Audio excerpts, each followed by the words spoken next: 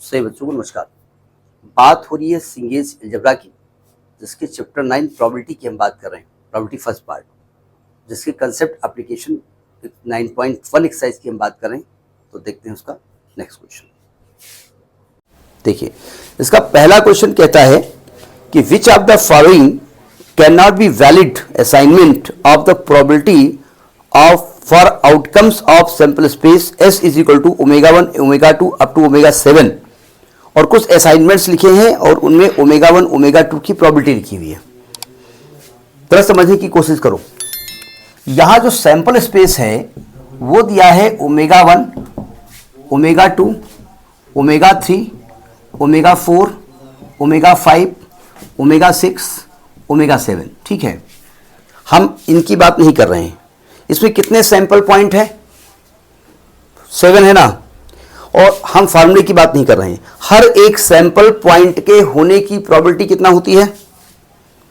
हमने कहा था अगर सैंपल पॉइंट n है तो हर एक सैंपल पॉइंट की प्रोबेबिलिटी 1/n थी। ठीक है, यानी अगर मैं कहूं प्रोबेबिलिटी ऑफ ω1 क्या होगी तो 1/7 होगी।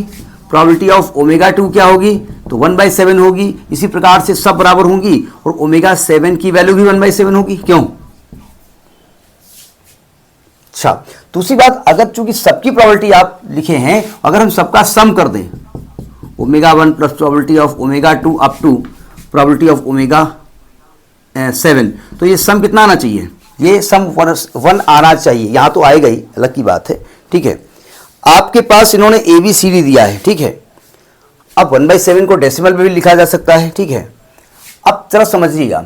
जैसे पहला पार्ट दिया है, पहले पार्ट में क्या दिया है? 0.1 0.01 0.05 0.03। तो एक काम करिए, इन सबको उठा के ऐड कर दीजिए। ठीक है, अगर इनका एडिशन, फिर समझिएगा, इन्होंने यहां पर ये वर्ड नहीं यूज किया है कि इक्वली लाइकली आउटकम्स, नहीं बोला ना। ये कंसेप्ट तब क्लियर है जब इक्वली लाइकली हो, तब हो। ये हो सकता है कि ω1 आने की प्रोबेबिलिटी कुछ ज्यादा हो, ω2 की कुछ कम हो, ω5 का उससे ज्यादा हो, नहीं हो सकता है। तो उसके लिए जरूरी यह है कि इनका जो सम है ना, probability of ω1 plus probability of ω2, सबको ऐड कर दीजिए। सबको ऐड कर दीजिए। अगर सबका एडिशन 1 आता है तब भी वो वैलिड प्रोबेबिलिटी होगी। समझ में बात आई हम क्या कह रहे हैं? ठीक है, तो आपका 0.1 0.01 0.05 है। ठीक है, 0.1 है प्लस तो 1 आ रहा है ना। सबको ऐड करके देख लो, चूंकि आप 1 आ रहा है इसलिए ये वैल्यू ये वैलिड है। ठीक है, फिर समझिएगा। अब आप कहेंगे आपने तो 1/7 लिखा है, वो तो होगा ही होगा, लेकिन ये कंडीशन तब लगती है जब इक्वली लाइकली होता है। भाई हो सकता है यहां पर किसी भी इवेंट के होने की चांसेस ज्यादा हो, क्योंकि इन्होंने इक्वली लाइकली वर्ड यूज नहीं किया है। ठीक है, अगर दूसरे में 1/7 लिखा हुआ है, इसका सम कितना आ रहा है? भी 1 आ रहा है, ये भी वैलिड है। ठीक है, तीसरे में जो प्रोबेबिलिटी है, तो C पार्ट है, इसमें अगर सबको जोड़ेंगे, probability of ω1 plus probability of ω2 सबको जोड़ेंगे, तो इसका जो एडिशन आया हुआ है वो आया हुआ है 2.8, यानी ये 1 के इक्वल नहीं आ रहा है, इसलिए वैलिड प्रोबेबिलिटी नहीं होगी जाकर के। अगले में क्या कहा गया? अगले में यार इसमें जो D पार्ट में उसमें निगेटिव दे दिया गया।